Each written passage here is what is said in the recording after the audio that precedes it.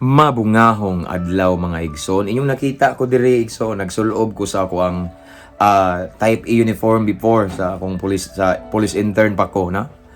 Police intern Dumanon, GM, James Montesiuso, Mater Dei College, dara mong logo igsoon no. So kabalo naman mo nga I was a former criminology student. Unya mao ni akong damgo sa una, gusto ko mahimong pulis, banggiitang pulis, gusto ko nga mo serve sa komunidad, sa community.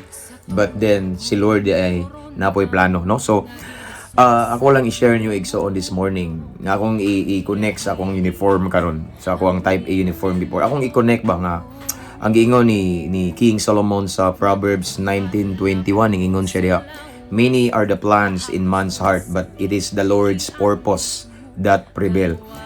Ang tao daw maglaraw og daghang mga butang nga mga maayo, pero ang kabubuton lang gihapon sa Ginoo ang matuman sa katapusan, no? Bisag unsaon na tong paningkamot igsoon, matuman gyud ang iyang pagbuot. So ang gusto na ko ipaabot igsoon nga pareha nako, no? Akong plano before mao ni gusto ko mapulis. Pero ning ending ko nga nahimong alagad sa Ginoo, no? Ning ending ko nga maoy tigwali sa mga adik-adik, mga kriminal. Ning ending ko nga tigwali sa mga pulis, no? So ingana ba, so unexpectedly, surprisingly mga igsoon, wa akong mag-expect nga maingani ko kay di ko ganahan aning magwali, di ko ganahan matubang sa mga tao nya magsigi og sulti og Biblia, di ko ganahan na akong gusto mapulis ko. Unya binuang man to ako sa una kay gusto ko mapulis, gusto ko nga ma-drug protector kay ron libre na ko magsuyop. Actually, igsoon kaning akong type A uniform, mao ni akong sulubon sa una nga mopalit kog syabo. No, unya makahangyo ko pananglitan ay tag 500, ihatag na og 3 sa gaw pilam na dia. Pangyoon tabi. Kanang nga dagkog bahig dabi ari na kanang nindot dabi, kanang nindot og tama ba no? Ambi nabi kanang patilawatan ng bag-o nimo diha ano. So kani akong gamiton sa una basta mo palit kog syabo kay kuan man kanang kuan bitaw kanang maikog sila ba mo balibad na ko mo hangyo ko no. Ngani mao gini akong i-service. Actually nani mga garas-garas nani mga kita ninyo ni mangigsoon nga murag nahimo nga nangaranran kay na disgrasya man mi ani igsoon, na disgrasya ko sa motor padung mi ato mamalit og syabo.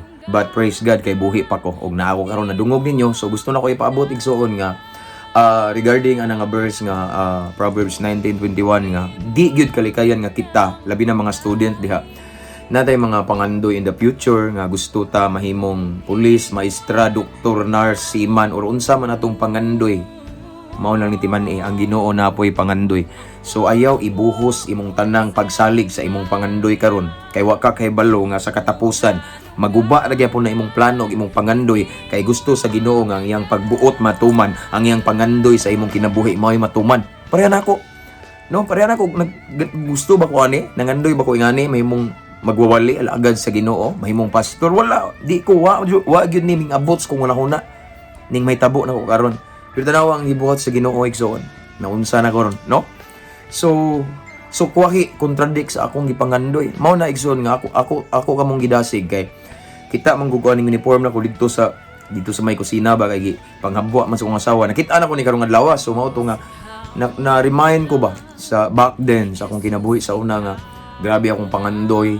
Kada exam before gusto ko perfect kanunay kay gusto ko nga magpa-impress akong instructor nga bright ko or something ana nga naadyo ko'y potential mahimong police. Pero mao lagi na bisag unsa pa ng potential na to, bisag unsa pa ta ka bright mga igsoon, mao ni timan ay plano ang Ginoo og pangandoy sa tong kinabuhi. Unya musugutag sa dili ang iya bayadjong plano or kabubuton may matuman, di ba? Usa ingon sa Proverbs 19:21 akong balikon, many are the plans in man's heart, but it is the Lord's purpose. It is the Lord's purpose that prevail. Mao gyud matuman, mao gyud mahitabo igsoon, wala tay mahimo, no? Mao na nga again ako mong gidasig da namoy mga pangandoy. First and foremost, i-consider ni nga linya si Lord napoy pangandoy sa inyong kinabuhi. Once ang pangandoy sa Ginoo wala ming sibo sa imong pangandoy, posible nga ma-disappoint ka kay musugutag sa dili bungkagon sa Ginoo. He will destroy our desire or our plans igsoon. Kay gusto sa Ginoo nga ang iyang plano, iyang kabubuton, ang iyang pangandoy mo'y mahitabo nato ug mao ni timan mga igsoon. Once matunong tas pangandoy sa Ginoo mao ginay pinaka highest calling. Either unsa man ang atong nahuman karon, professional ba ta, pero kung wa ka matunong gyud sa pangandoy sa Ginoo, tawag sa Ginoo, di pa na mao. But the highest calling igsoon nato kanang natunong ta sa tawag sa Ginoo. Mao man ni ako wala ko'y mahimo igsoon.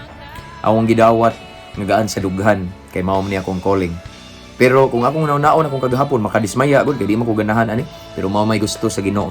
So ning submitar lang ko, nagpauyon ko sa plano sa Ginoo. Amen. So again, unsa man na inyong plano pangandoy diha para sa hayag nga ugma timan-e nga naa joy pangandoy ug naay plano pud si Lord sa imong kinabuhi. Para di ka ma-disappoint, ayaw ibuhos ang imuhang pagsalig sa imong pangandoy karon. Kay karon ra na imong nakita, pero ang unahan kabalo si Lord ug unsay may tabo nimo. Kabalo si Lord ug unsay profession nimo in the future. Kabalo si Lord ug unsay calling, unsay ministry nimo. Maunang pauyon-uyon sa Ginoo, no? This time while waiting kay wa pa man kakaibaw sa unahan, no? Pangalagad sa Ginoong matinud-anon, pangalagad sa Ginoo nga seryoso kay ihatod ka sa Ginoo. Giyahan ra ka sa Ginoo sa kung unsa gyud ang iyang gidesign para sa kinabuhi nimo. Amen. So again, ayaw ibuhos imong pagsalig sa imong pangandoy karon kay basin mo ending ka nga ma-disappoint. Kay ang atong plano ra ba dili pud plano sa Ginoo kasagaran. Again, kasagaran ang atong plano, ang atong unahuna wala nagkasibo sa plano ug pangunahuna sa Ginoo. According to the word of God in the book of Isaiah. Sige nga, His ways are higher than our ways, and His thoughts is higher than our thoughts as well, no? So most of the time dili gyud magkatugma ang atong pangandoy sa pangandoy sa Ginoo. Ang maayo na tong buhaton aron di ta masakitan, ma-disappoint, ma-depress. Kung ang atong pangandoy mabungkag sa unahan, ayaw ibuhos ang imong pagsalig sa imong pangandoy karon. Kung dili, pauyon-uyon lang pag-agad sa plano sa Ginoo. Because at the end of the day, way laing matuman sa imong kinabuhi ang pangandoy sa Ginoo. Muikyas man ka, dalhon gyapon ka sa imong pangandoy. Ako, miikyas ko sa akong tawag. Di ko gusto magpastor mo itong grabe, nag-adik-adik kung mayo, namaligya kong siyabo. Suod ko tanang bisyo, ng buntis o babae, unsa man diha, inom, sigarilyo, rugby, bulkasil, unsa man diha. Gipang sudlan ako na. Kaya di ko gusto magunahon na og Ginoo, magunahon na og ministry, apan igsoon.